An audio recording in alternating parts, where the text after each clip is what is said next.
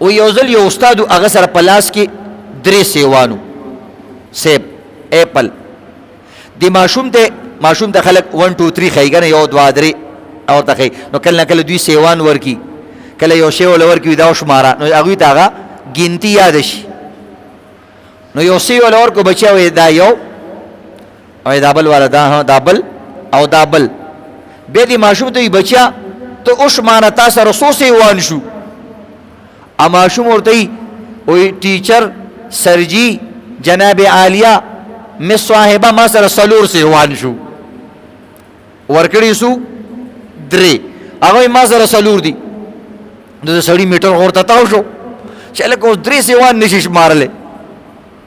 نو ساو ته وی بچا یو ځل بیا شماره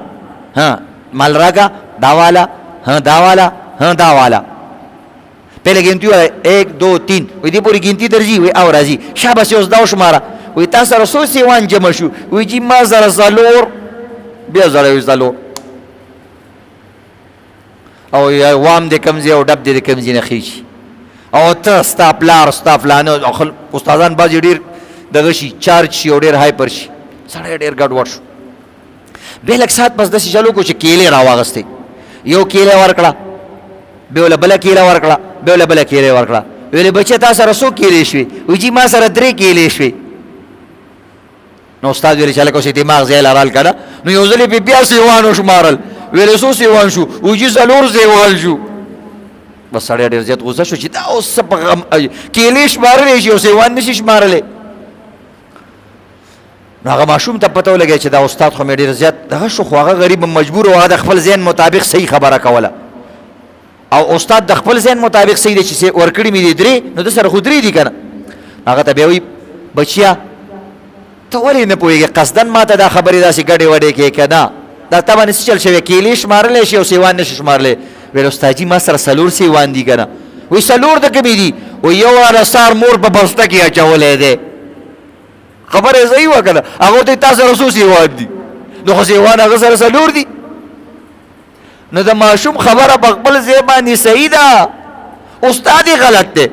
هلکه ته ورته داسې څه نه وایې چې تا سره 100 سیوان دي ته ورته بچیا ما تاله 100 سیوان درکړه داسې ورته ووایه که نه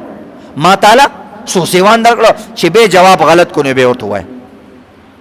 نو تا سره 100 سیوان جمع شو هغه یو راځه سار نه جمع دی او 3 راله تا راکړه نو 3 جمع 1 4 لنډه خبر 4 شو نو دې وجې نه عزتمندو بل د نظرونو کتل جدا جدا وي نن ګوره ټول مثالونه او لطیفو کې ما تاسو ته بیان وکړو ځکه کله د جړا بیان کله د خندا بیان چې هر انداز کې تاسو په دین په خبره باندې یو پوهول دي نور بیان د دین دی بعضې خلک وایي مولا لطیفې کوي هلکه د خدای بنده خو دغه آیات باندې دی پوهېږي که نه دا اوس چې کوم مخکې بیان شو او کوم مخکې حدیث بیان شو د دقه حدیث په مقصد دی پوهېږي که نه وایي مړه دا قیصه کوي قیصه برای آیات څنګه چې الله رب عزت آیاتونه بیان کې بیا د یوسف علیه السلام قصه وکړي آیاتونه بیان کې بیا د موسی علیه السلام قصه وکړي منځ کې الله رب العزت قرآن پاک کې څه کوي قصې مو سره بیانوي نو دا د قرآن انداز دی نو د بیان ښه انداز دی نبي اسلام به کله سټکې راواغستو لکېږي به خلکو ته په ځمکه ووالې وایي داسې دي داسې دي داسې د پوهولو دپاره اندازي